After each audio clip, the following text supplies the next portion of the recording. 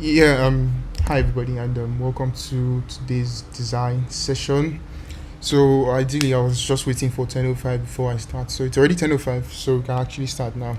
Anybody that joins can just pick up from where we are at that point in time. So basically, for today's session, I'm going to be showing again. I think last time I did okay, I think there's a yeah.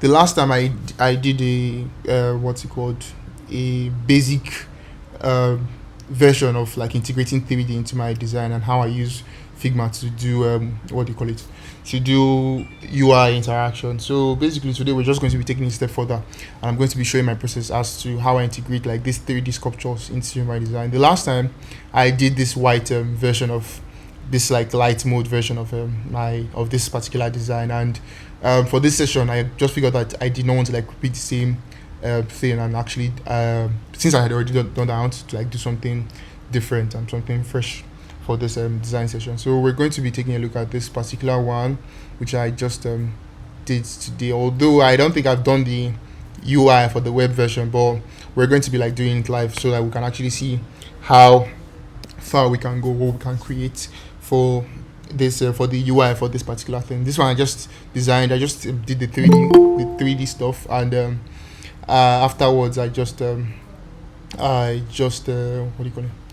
Afterwards, I just decided to like use it for a poster design. But today we're going to be like trying to build like a UI. I think I tried a couple of stuff, but none of them were really looking as good as I wanted it to look. So we're going to just refine those things on this call and see what we can come up with. But if we can't, we'll just probably go the old way and just maybe do like a poster design. I'm just going to try did the poster design interactions. At least there are a couple of things to take home from there. How I was able to do the text, the way the text comes outside. So if you see, the text comes out like all the letters come out one by one. So it's basically it's a simple thing. It's a simple thing, but like on Figma, to do it on Figma, it's kind of tricky. You have to first of all decouple all the text and make all of them individual letters on their own, and then before you start animating and whatnot. But we're going to see how far we can go with all of that. So yeah, welcome to today's design session. And my name is Amisho. If you're not familiar with it, and I'm going to be like showing you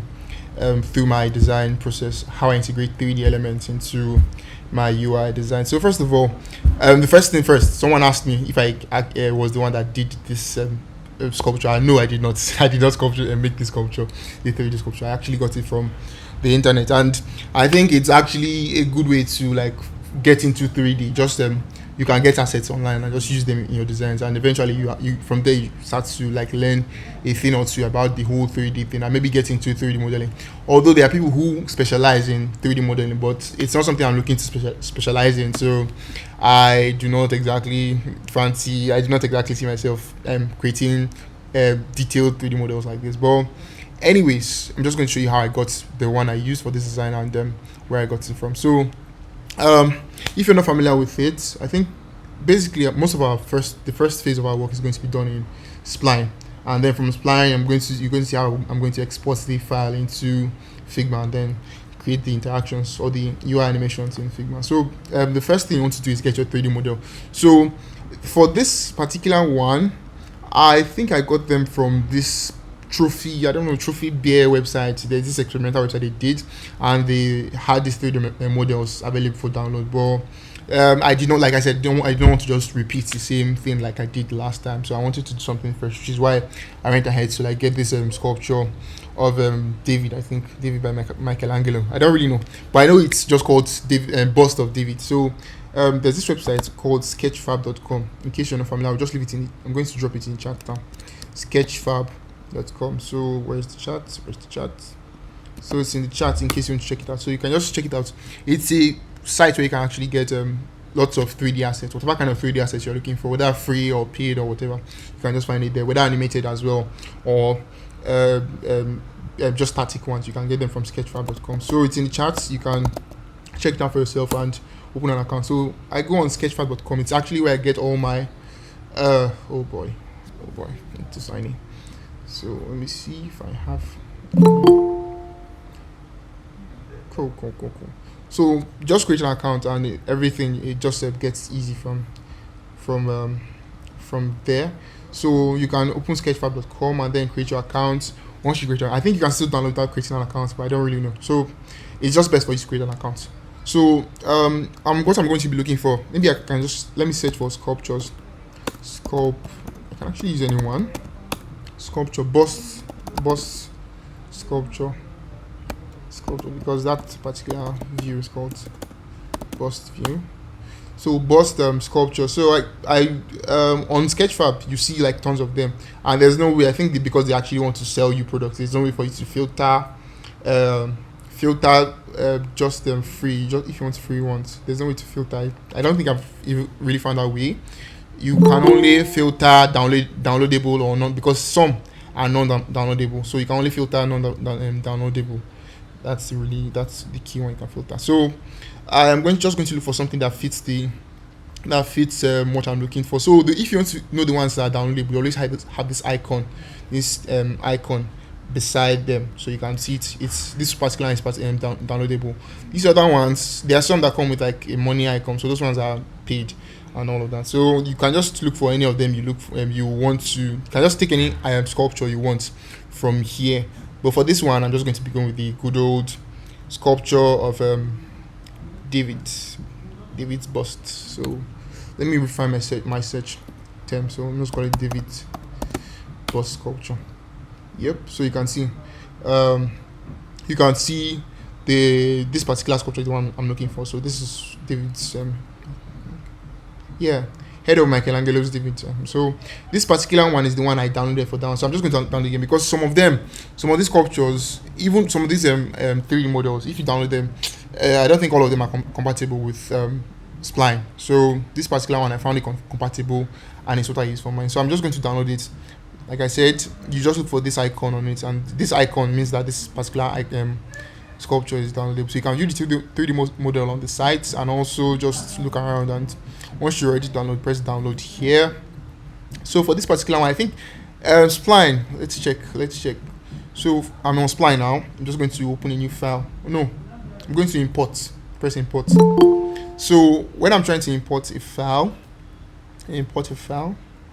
I have these options, whether I want to import a video, a 3D model, sound, or what. So this particular one is what we're looking for. So 3D models come in different formats, file formats or file extensions. So there's GLTF, STL, FBX. These particular ones are the ones that Spline recommends, or that Spline accepts importing it. So anything that's other than this, I think there's .blend. If it's .blend or whatever other thing, or .cinema 4D, it won't work inside of Spline. So it has to be like a .gltf, .stl, .fbx, or .obj.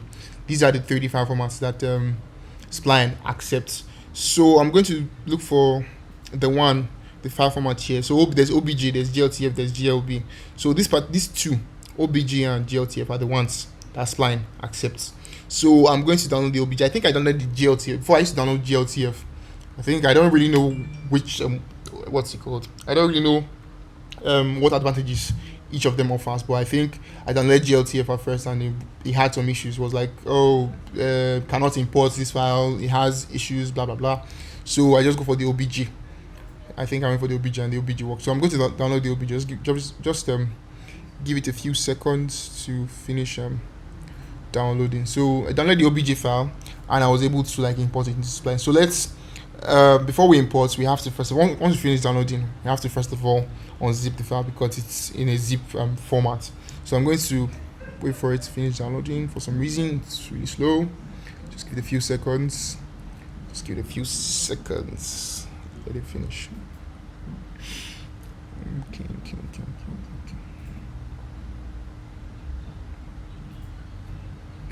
Oh boy. One moment, please.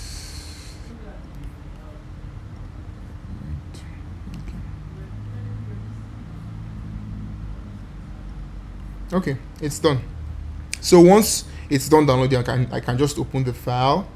I don't mind this OBS in the background. It's just for recording. So once I finish downloading, I can just go inside of it and look for the source. So open this folder called source textures.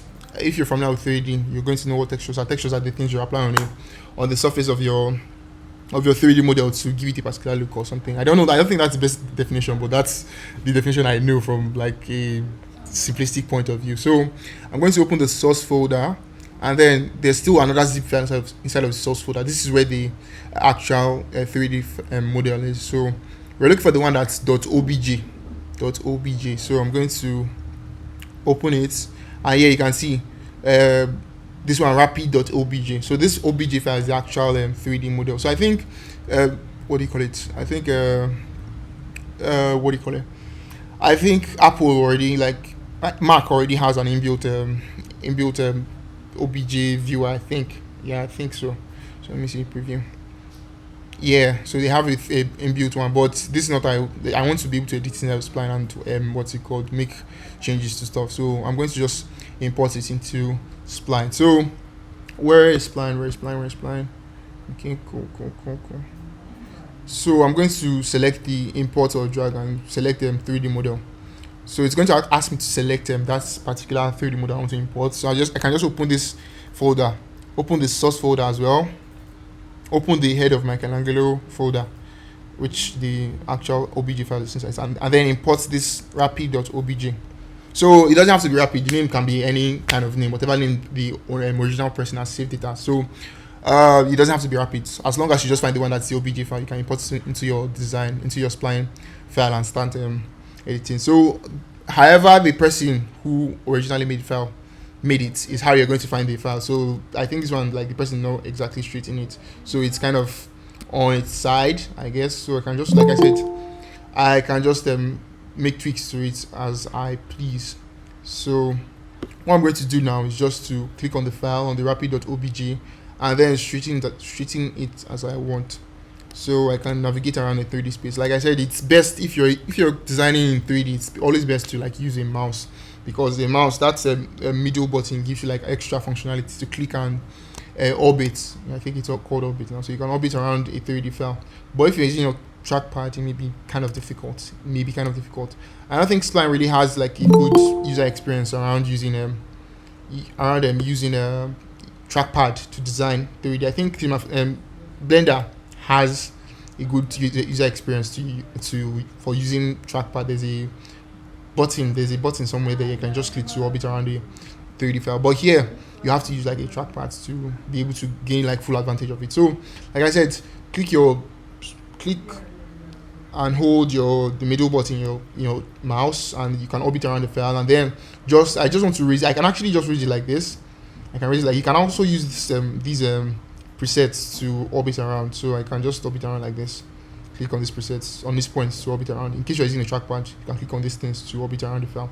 But a mouse gives you like full freedom to turn however you want. So let me reset the view again and then orbit around.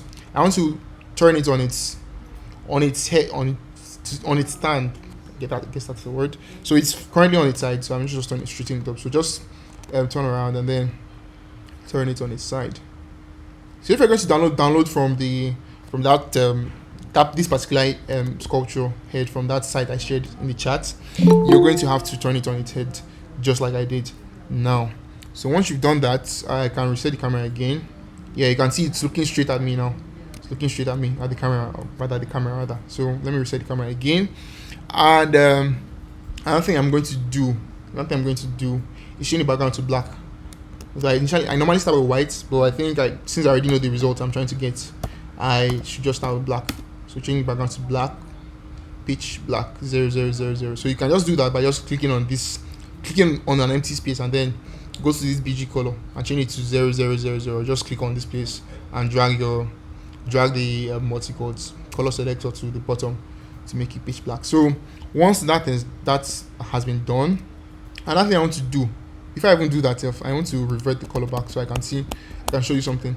So I want to also frame this view, because currently if I were to play the let me call it prototype, if I were to play it, it will just have like this infinite canvas, and I personally don't like that. I actually like it being confined in a particular space, so my screen recorder will know where to record here, and I can actually have a predefined area to frame my work inside of. So one thing I'm going to do is just to, in this size section, I'm going to, it's by default it's unresponsive, so I'm going to change to full HD, which is 1920 by 1080, or it's on, or what's it called, 16 by 9 aspect ratio. So that's, sorry, that's something I always mention on my sessions. 16 by 9 aspect ratio. I personally have a bias towards it because it's always the sweet spot for what's it called, for landscape screens or for PC screens. So I would just go with this particular one, full HD. You can go with anyone you want actually. So there's tons of them here. So I personally go for 16 by what's it called, 1920 by 1080. So once I've done that, you can see there's this box that appears from nowhere, and this box is like the camera that's framing my 3D scene for me. So if I press play now, you see that this box is actually here. Only anything outside of it, is just like the actual UI. It's not going to, the 3D model will not show outside of this box. So you have to frame your shots inside of this box, which is something I personally prefer. So that once I want to screen record, I actually have a predefined area already that I can screen record and use for my design. So that's out of the way. So once you've changed the size here from responsive to 1920, we can go back to work. I can go back to changing the color back to black. So 000. So you can see that what do you call it? That frame disappears because it's also it just kind of blends into the black background. So that's not something you want. I want to show you. That's why I changed the color back to something that was light. So if I play now, you see it. You see the predefined area that it has. That's the 1920 by 1080. So yeah, I can now frame my shot inside of this area. Before I even do that as well, before I do that, I think I want to leave it at white so you can be seeing changes I'm making, and you can be seeing how they affect the sculpture. So let me leave it at let me change to white. F. Yep. So let me change to white so you can be seeing changes I'm making, and you can be seeing how they affect the sculpture. So before we go to black. So now that's done, I've turned the image on the sculpture on its head. I also want to rotate it to look at the screen because it's looking kind of sideways. So I want to rotate it. So I can just click on this band here and turn it to look at the camera a bit. So reset the camera as well. So you can see it's sort of looking at the camera now, sort of. So I think I'm just going to just play around with it. You can leave it like this even if you want, but me personally, I want it to look at the camera, so I'm just going to turn it a bit. So I'm going to click on this. Okay. You can also rotate by coming to this. You can also rotate by moving your mouse to this direction here, rotation. So X rotation. You can. I want to rotate on the Y-axis. You don't have to know which is which. You can just play around until you find out which is. We just go to the Y section and scrub it. So the Y section turns it like this. So that's what you want. You want the Z axis. Yeah. So that's what you want. So if you want more control, you can come to this section, the rotation section, and rotate it there. So I think something like this is fine. Let's do 50. Let's do 50. Another thing I want to do as well is that I don't want to be zooming in every single time because this thing is too small. I don't want to be zooming in. I can actually zoom in like this, but every time I reset the camera, it will go back, and I don't really want that stress. I actually want it to be on. I want the scale to be on par with what the camera is seeing, or when the camera is resetted, so I won't have to be doing any back and forth. So what I'm going to do is to blow up the scale. The scale is by default anything you add to Spline. By default, the scale is 1 1 1 1. And 1 on the x axis, 1 on the y axis, and 1 on the z axis. So I'm just going to increase it to let's say 4. Increase the scale of the x axis to 4. Increase the y axis to 4. Increase the z axis to 4. So you can see it's bigger now. So I think it's on par with the default camera, and I think I'm okay with this size. You may want it bigger, you may want it smaller. That's entirely up to you. So you can just tweak. You can just play around with the scale on your end as well. So we're going with 444, and I will just move it down a bit to center it in the middle of the camera. It doesn't have to be perfect. It just has to look good. I keep saying that all the time. Every time I'm working in 3D, I say it doesn't have to be perfect. It just has to look good to the eyes. As long as it looks good to the eye, that's okay. So the light as well. So there's always a light added by default, and you can see that I don't like the shadow. The shadow is too hard on this side, so I'm just going to move the light source around a bit just to make the shadow a bit more natural, I guess. So I keep turning orbiting around my file just so you can see the change when the direction I'm trying to drag the lights. If I were working by for myself, I would probably not even be I would just be doing these things. But since I'm trying to show my process, I'm trying to also still turn around so you can see what I'm making. So I'm just going to orbit around a little so that I can have this angle to drag the. I want to move the. Let me reset again. So I want to move the light source to the front like a bit to erase this shadow that's at the side. I could add another light source here, but I don't want that. That would be stressful. That'll be stressful. So let's just mess around with this particular one here. So I'm just going to orbit around, click your the center button on your mouse and drag. So and just move the light source. Click on this blue arrow and drag it forward. Okay, so you can see that shadow has left a bit. Move it upward. So it's really up to you to mess around with the light source as you please. So just find something that looks good and you can press reset again. So I think it's still a bit too harsh. So I'm going to still orbit around again and move it to the front a bit. And move to the front a bit. So let me reset my camera again. I think this is okay. I actually want some contrast. I want some contrast on the edges as well. So I don't want it to be like perfectly lit. I want some shadows on the edges, on the contours of the bust as well. So this is fine with me. This position of the lighting is fine with me. So you can mess around with yours as you please. So another thing I'm going to do just to like increase the blur. So I think the blur is too harsh. So I want to like increase the blur on the light. Do I want to increase it? Nope, I don't. I actually want to reduce the size. So let me reduce the size and see. So I don't, me personally, I'm not like a 3D pro. I'm just actually messing around with Spline to figure out these things on my own. So I'm going to reduce the size. I think it's still too harsh. I'll increase the size. Let's see. Oh boy. Intensity. I think intensity. I think that's actually what I tweaked. So intensity is by default is 0.70. So I'm going to bring down to like 0.4. Yep. 0.5. Let's see 0.5. Let's see 0.6. Yeah, so I think 0.5 is the sweet spot for me. 0.5. So I think 0.5 is fine. Like it doesn't look too harsh. It doesn't look too bright. It doesn't look too bright. It doesn't look too dark. So I think it's okay for me. As we go forward, we're going to like make a couple of changes to it, and you're going to see how we can achieve better lighting on it. So I'm not, like I said, I'm not a 3D pro. So like take everything I'm teaching with a pinch of salt in here. So that's just one thing I want to get out of the way. So once you've done that, move the lighting around and then tweak the size. So another thing I want to do now is to now, because I want this thing to be able to turn around, I don't want to like mess with the original sculpture. So I'm going to like create a group. I'm going to like put the sculpture inside of a group as well. Reset camera again, move it down a bit. So I'm going to move it down a bit. I'm going to add inside of a group that's going to be controlled, because by default the controls are here and they're a bit wonky. I don't want it to like mess around. So I want to add a group that the controls will be like I don't really know how to put it, but maybe the controls will be like centralized by default. So I don't want this one. You're going to see what I'm talking about in a minute. So what you just need to do is to either go here and press group selection or Control G on Windows G. So you can see that by default the default sculpture, they control this just take a look at this. These buttons, should I call them buttons? These controls are here at the bottom. Ideally they're supposed to be at the middle. So once I add a group, Control G or Command G, whichever one operating system is, you can see that the control jumps to the middle. And personally, that's why I like the controls being at. And these controls are what's it called? They are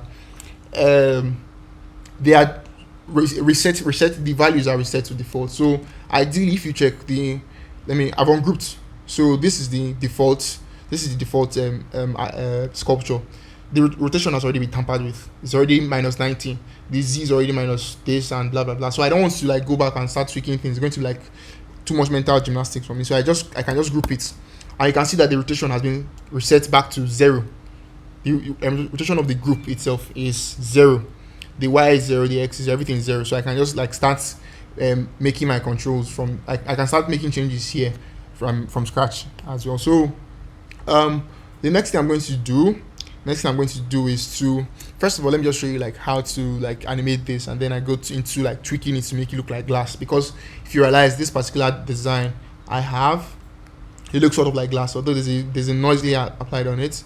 But if you can see, like, it looks like, I don't even call it glass or marble or something like that. It just looks glossy. That's the word. It looks glossy. So I want to give it that glossy look. Like, this doesn't have it by default. It just has like this plain, bland, should I call it clay look. It's called clay. I think it's called clay.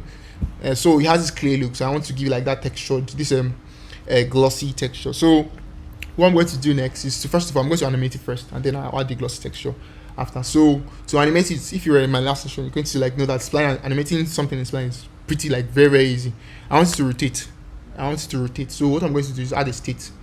So base state, if you're familiar with Figma prototype, I think this particular thing is more apparent in if you come from like XD. I used to use XD back then. So base state and whatever state, over state and whatever was the norm when you're trying to create like a interactive prototype. So it's the same thing here in Spline as well. So once you press, by default, there's no state. It's just like there's nothing in state. So you're going to click on the elements you want to apply a state to. So which is, in this case, is the group that's containing this sculpture. So I'm going to call it something. Let me rename it to call it bust. Let me call it bust. So let me call it bust.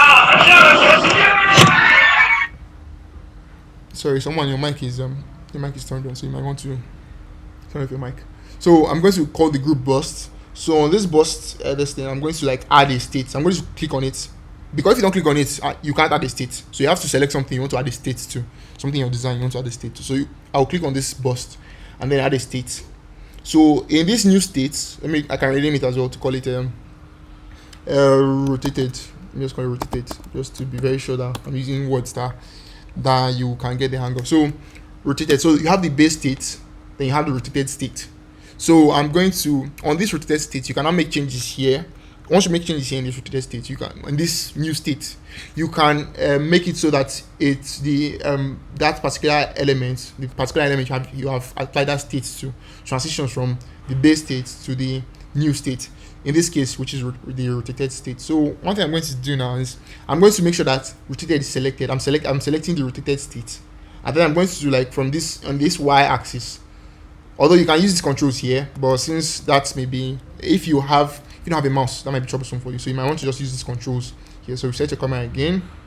So you might just want to use these controls, these granular controls here. So you can enter the value you want here. So in the Y section, I can just enter 360. So you might not see anything now. Why you are not seeing anything, you can't enter 360 means that is because no. Like I said, be very careful when you're trying to like make changes from state to state. So I made a change just now 360, but I made it to the base state, which is wrong. I want to make the change to the rotated state. So make sure the state you want to apply change to is selected. Be very sure to check it. So I'm going to select the rotated state, and then in the y-axis, I'm going to enter. Let me just enter like a small figure so you can see the change. So let me enter like 90. So you can see 90 turns it 90 degree to the side. So you can either turn it with these controls or just enter it manually and type the figure. So I'm going to turn it around. So you can see this is what I'm actually trying to change. I'm trying to turn it around. By default, it's facing front. So I want it to turn around. So I'm going to turn it around 360. So just keep dragging until the value enters 360. It's currently 376. So I'm going to go there and enter in the y-axis, enter 360. So I can switch to base state now. Although before I switch to base state, let me do something. So I've gone back to rotated state. Let me change to 90. The y-axis 90. So you can see base state, rotated state, base state, rotated state. So in this rotated state now, I want it to actually do a full spin. I want to do a full spin. So I'm going to change it from 90 to 360. 360 is like a full spin now. So 360. So it means both of them will look in the same way. You won't notice any change, but there's actually a change. So one thing I want to do now, so you can actually play. Once we've actually done it, we can play it, but you won't see anything because there's no trigger that's triggering it to move from base state to rotated state. So we have to now add a trigger that makes it move from base state to rotated state or to the new state, whatever state you want to call it. So we're going to now add an event to make states connect states to each other. You have to add an event. So I'm going to add an event now. So I'm going to add an event, which is so like I said, make sure you select the elements you want to do all these things. So if I select here, if I select anything outside, you won't see any state, whatever. You won't see anything like state outside of it. So if I now click on it, on the bust, is where you see rotated state and base state. So once I've done that, I can now add an event, this particular one. So once I add an event, by default, it selects start as the trigger of the event. So you can select different kind of like triggers. There's a key up, there's a key down. If you're familiar with Figma prototypes, you know how Figma, in Figma, once you want to prototype something, let me show you an example. Once you want to prototype something, you have these what's it called? These triggers. You have these triggers here. This one. Yeah. Okay, yeah, on click, on drag while hovering. So it's just the same thing. It's just the same what's it called idea, ideology here in Spline. So by default, it's always start. That's this thing. Start means that once the prototype just starts, the event should just start playing. So it's almost something like after delay in Figma. So by default, it's start, and I actually want it to be start. I don't want to be the one to trigger the event. I want to just start by default. So leave it at start. So the action is where you now have to add something. So by default, they have this you don't have anything selected, so you have to select one. So I think the one you want for this particular interaction is transition. So select transition, and then you can click on transition, and then you see like extra details. So you can see the targets are selected. The target is bust. So if I had like multiple elements in my scene, my 3D scene, you would probably see all the elements here. So you can apply that particular event to that particular element, that particular 3D element. So bust is the only thing I have, which is why bust is selected as target. So you can change it as much as you please. So the transition, you're going to change from current by default. Current means that the particular state it is currently is what you want is where you want the interaction to start from. But I want to start from base state, so as to avoid confusion, I always select the states manually myself. So select base state as the first one, as the first transition, as the first one on that transition, and select rotated as the second one. And then in this what do you call it, ease in and ease out, by default it's ease out. So you're going to change it to linear. You can put whatever you want, but linear is always like what's it called, you want a linear interaction, a linear transition. You don't want it to be having ups and downs. You just want it to like move on a linear what's it called, scale. So that's one thing I want as well. So duration, let's just do one, let's do one so you can see the effect, and then I can go back and increase it. So once that is done, once I've added that, I think like this, our prototype is actually ready. So you can play now, and then you can see that it does a 360 spin. Play, does a 360 spin. But what I want to do, another thing I want to do is that I want it to continuously, you can see that once it does this spin, it just stops, it doesn't do anything again. So that's because I've not applied like more parameters to this particular interaction. So one thing I want to do is I want to go back to the to that event and tweak it a bit. So, and again, it's too fast. It's just too fast. I want it to be slower. Although you can actually leave it like this if that's what you're looking for. But me, I want it slower. I want it to like move on a slower pace. So I'm going to increase the duration here. Although you can just come and enter duration. So by default, it's 1. So you can enter like let's do something like 5 or 10. I think 10. 10 is because it's actually like traveling a big distance and it's a big object, so it will 10 will not be that slow.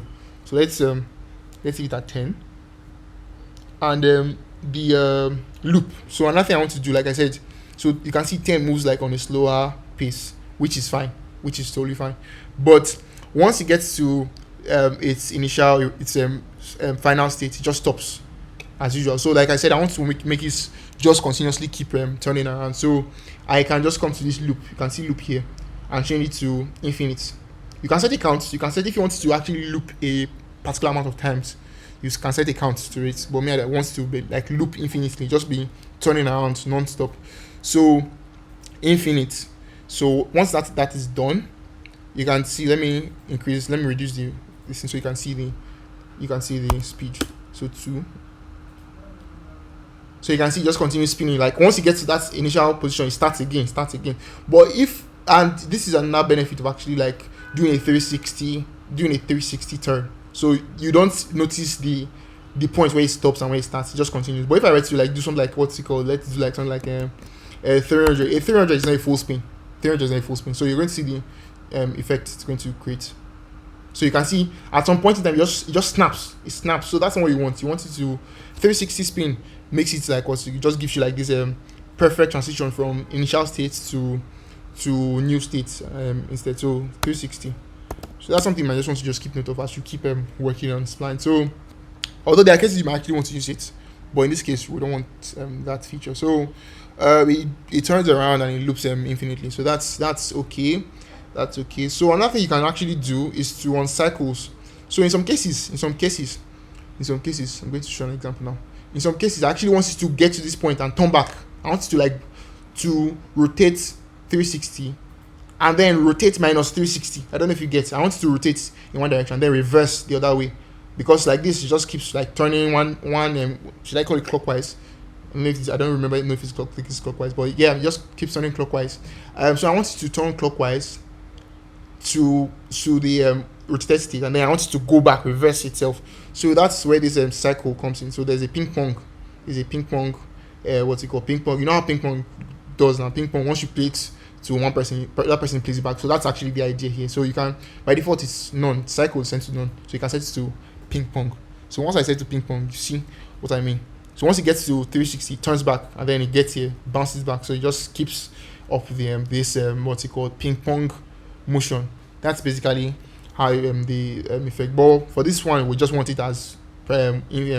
We don't want ping pong. We just want to just keep rotating, and that's fine. We can come back and make tweaks to it. But for now, let's leave it like this. I think I actually want to make tweaks to it, because another thing you have to think about in design is framing your design. Personally, I don't like the back view. Like this back view looks kind of, I don't just like it. So I don't want the user to see it.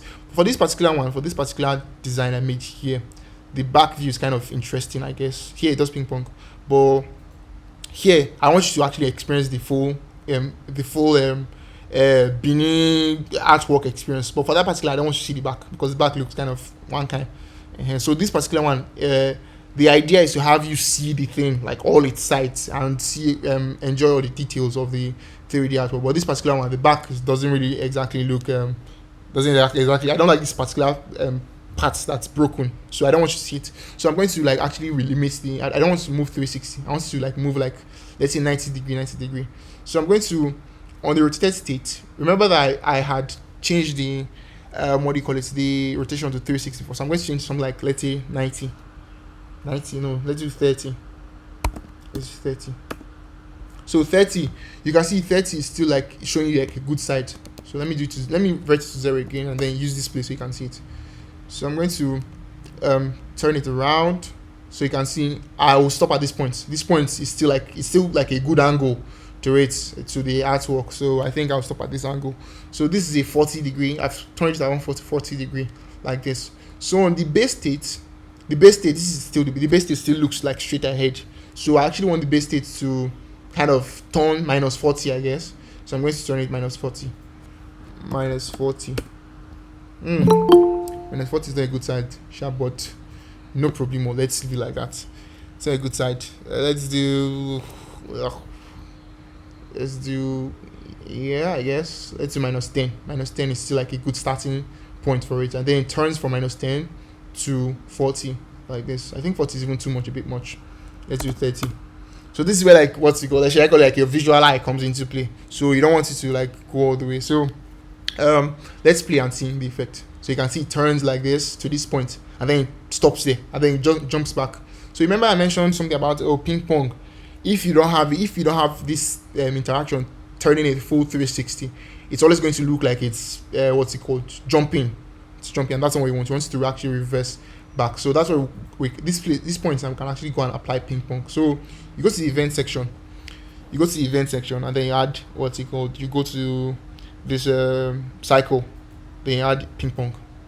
So you can see now it rotates to this point and then bounce back like slightly, just like really nice back and forth motion. So that's done. We're done with the motion. Let's not sweat the motion too much and leave the actual work that I want to do. So the actual work now, this is actually the fun part for me. Well, this was the fun part for me today, because I got to explore how to create materials and apply materials and stuff like that. So you can Either apply the material here on the bust, or you can actually go inside and apply the material to the actual object. So you can select, because like I said, it's actually in a group, so you can go inside of the group, select the last element, which is this app.storage or blah blah blah or something. There's even still more, but let's not go into that. So you can either apply the material on the group, but for the sake of all that is good, I would advise to apply the material directly on the actual object. So which is the last one in this app.storage that's slash whatever. So apply the material on the object instead of the group. You can apply it on the group and it will work, but me personally, I like going to the actual object to apply it. So on the actual object, you can currently, by default, it's just lighting and color that are always applied to any object. So take note that once you are importing something to Figma with materials, if you go to Sketchfab and then you see this fancy let's see something. Okay, 1 second. And then you see this car with colors and everything. Note that if you import into Spline, the colors may actually be gone. The colors and all these details may be gone. So that's something me personally, I'm still like figuring out how to fully apply. Although my best guess is actually that all this the materials of the object come with the zip file. You can just go back. You can just go into the file and apply them as images. But let's not go into all of that. So maybe that might be a tutorial for another time. So let's just continue with the work we're currently doing. So by default, the material that Spline applies for you is just lighting and color. So we can just go inside and apply a new material. To apply a new material, you basically just come to this plus button here on the material panel and press plus. So by default, it applies color for you. Color is always the basic one you apply. So you can just click on the color itself, click on the color, or click on this drop down here and then change it to whatever you want to change. You can select image, video, depth, color, blah blah blah and whatnot. So I'm going to select glass. Is it glass first? I think the first one I want to do is actually apply Fresnel. Fresnel is like this external, like, should I call it rim lighting? So let me turn down the background color so you can see it. So Fresnel, let me remove the Fresnel again. So by default, this is the normal image. So I'm going to apply a Fresnel modifier. Now let me call it modifier. So Fresnel modifier. So you may not be able to see the change now, but let me change the color to, let's say, like F to red. So you can see. I don't know if you can see what the Fresnel does. Fresnel like applies this I actually call it rim lighting, like rim lighting or outline lighting to the element. So it's just like really nice in some cases. So might not see the change now, but we're going to like see the effect as we go on. So let's go on. Apply Fresnel. Think Fresnel. There's nothing else you need to really do. Apply the Fresnel and that's it. And then you go ahead to apply another material. So you can keep adding materials on top of materials, just like you would do in maybe Photoshop, where you can add layers above layers. But this is not layers panel. This is the materials panel. So you can select the next one, which is glass. So you can select glass. So basically, you're not going to be able to see anything, because glass basically means that you should not. Glass basically is transparent, so you can't see through. You can see through glass, and by default, the glass that it applies for is like this, like extremely transparent glass that you can't see anything, that you can see like through. If I had to put something behind it now, let's say I put a text. Let's see, put a text. Let me just call it. Okay, type anything, and just change the color to white.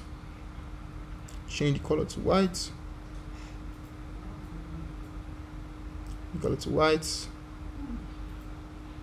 So let me turn on the scale.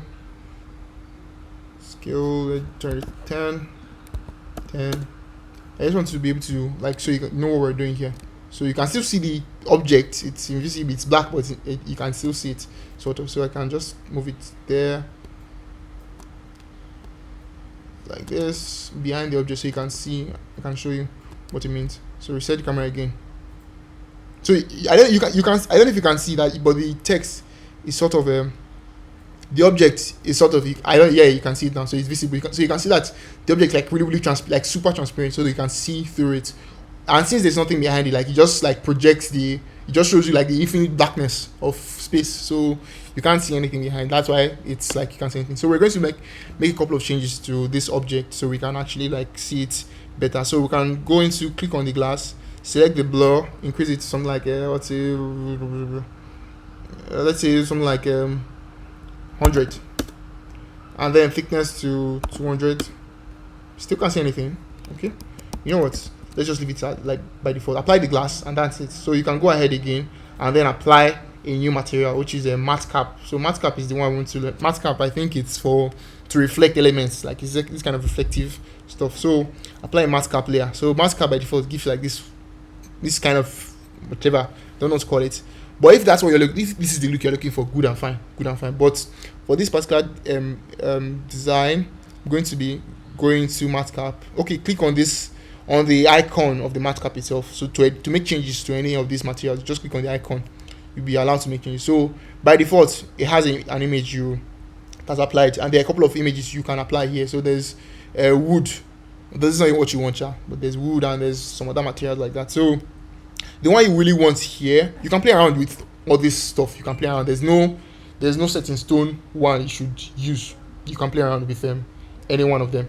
So I think even I'm missing some. So there's gold. So you can see this gold, like it's really nice. We might even want to go for this look, for this design interaction. But like I said, let's stick to the one we did. So in your own spare time, just go around play around with the materials and stuff like that. So there's tons of them to play around with. So for this one, I'm going to look for like this one that looks like glass. I think this was the one I used. I think. So let's go for, no, was this black one I used? Yeah, this is black one. Yeah. So this is the black one I used for mine. So this one or this one under this one or this one. But I like the black look of this one. I like the premium glossy black look of this one. So anyone is fine. Let me not get into like playing around materials too much. So once that is done, you can also click on the matte cap. Okay, you can only apply an image. That's the only modification you can do to matte cap. You can only apply an image. So another thing you want to do now is to now change the blending mode. So if you're familiar with blending mode, all those if you're familiar with it, those options that are like oh good lord, those options that show you pass through, darken, multiply. If you're familiar with the Photoshop and whatever other editing software, you're most familiar with all this stuff. So pass through, all this stuff like that. These are blending mode. So you can change the blending mode by clicking on this icon here. This small icon here. So it's really hard to reach, but you can just click on it and you can see options. So you only have few options. So you can just select screen. Let's see what screen gives us. Let's select multiply. Multiply turns black, overlay. Okay. So I think let's put glass over it. Oh boy. First now. Yep. So yeah, this is basically this. You just once you've done what's it called, applied it as screen. So I think this is the normal look, and then this is the screen look. So you can go ahead and keep like applying materials and play around with it. Let's change the background to white so you can see. Change the background to white. Background to white. F. So once it's white you won't see it, but if it's black you can see. So you can just play around with the color. It's just because I want this black glossy look, I personally went with this particular thing. So that's basically what you want to do for this one.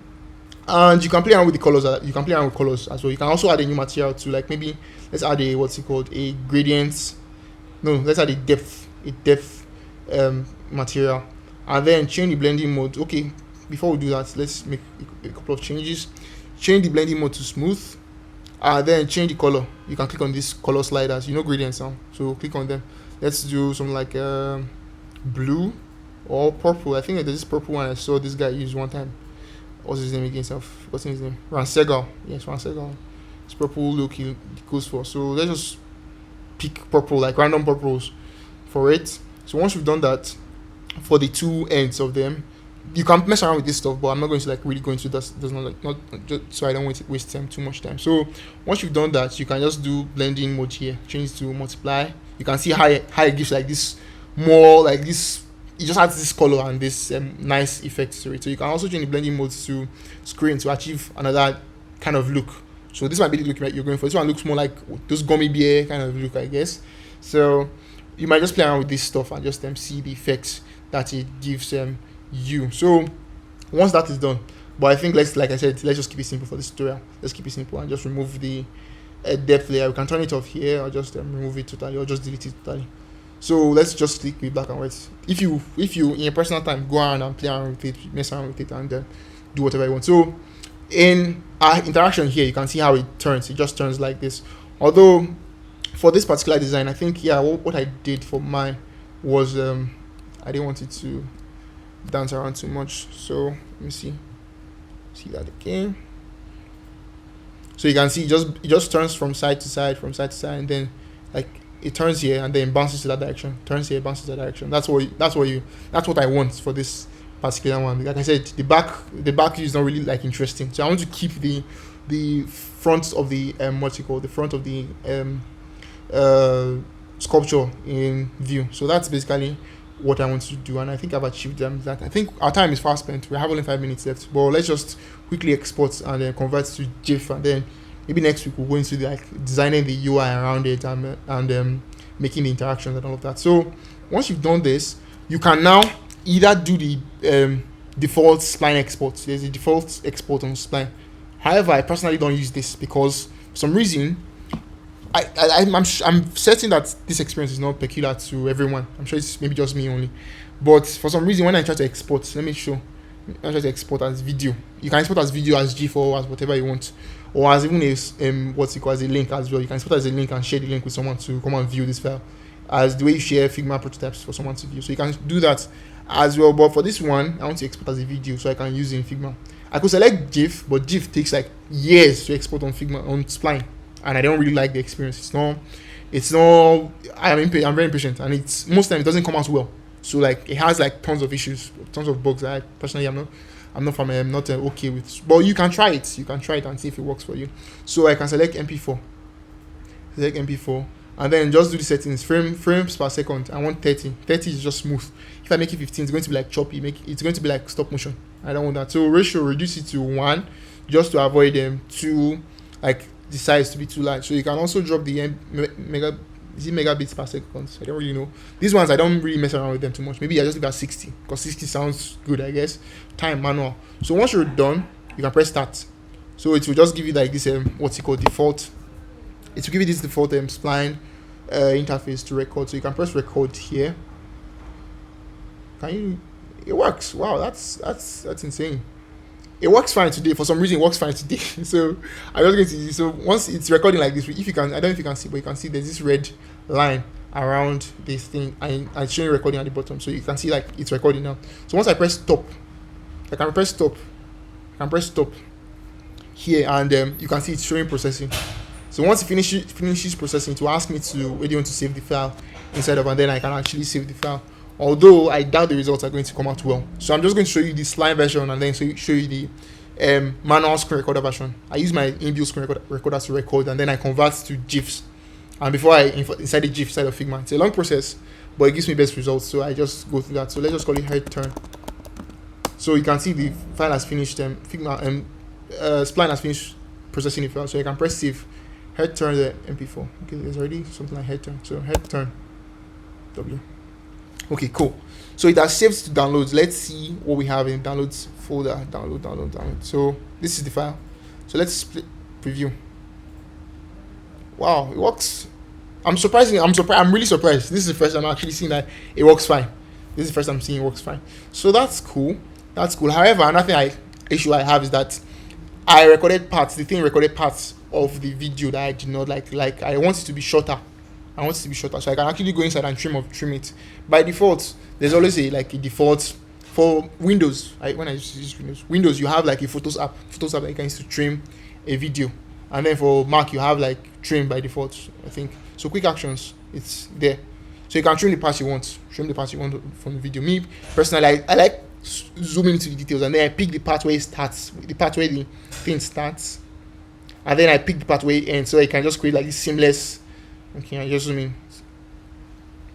Yeah, when it just gets to that place. So there's just a seamless like loop from start to ends, and then from ends to start. So it's really up to you. It's up to you to how you want to like trim it, or where you want to see the part of the video you want to keep. So once you are done trimming, you can then convert to GIF and then insert set of Figma. So I think all those things are things we're going to like tackle in our next class. I think we still have like small time.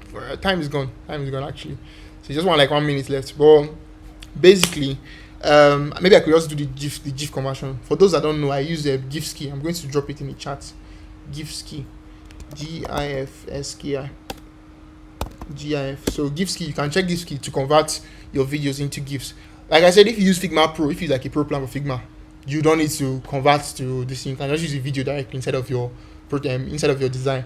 But if you use free like me, you must go and convert it to, if you want to have like something that's animated inside of your file, you have to go and convert to GIF first, and then inside the GIF inside of your Figma file, so you can have something animated inside of it. So that's basically it. That's basically my workflow for starting in Spline and then moving from Spline down to Figma. So it's in Figma I now work on building out the UI, building out this what's it called? Let me just call this thing the UI. The UI, all this text typography, and make the interactions, how it should move from this screen. So this screen is actually the default screen. By default, let me show you the what's it called? Let me show the files, the way this stuff are structured. Yep. Click content. So you can see how the text are actually organized here. So how they are meant to move from this screen to this screen. So let me just play it, although you're going to see it now. So you're going to see how they move down. So this is how they move down and they move up. So that's the way I actually do this. If you actually get this logic, you can go and you don't have to wait for next design session to actually do this.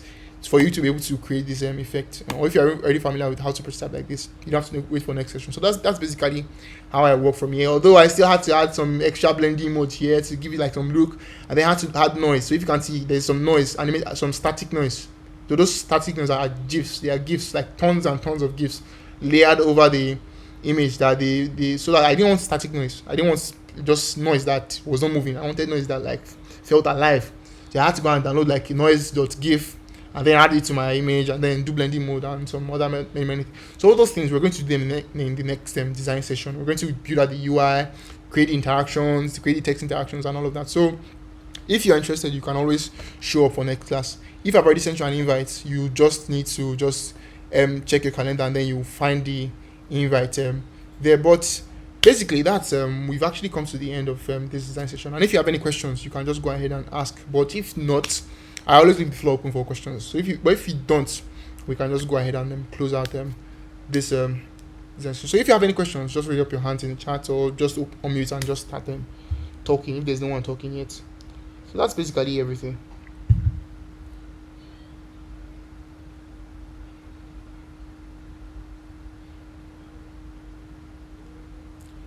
Alright then, I will assume there are no questions, and I guess that we can just call this design session to a close.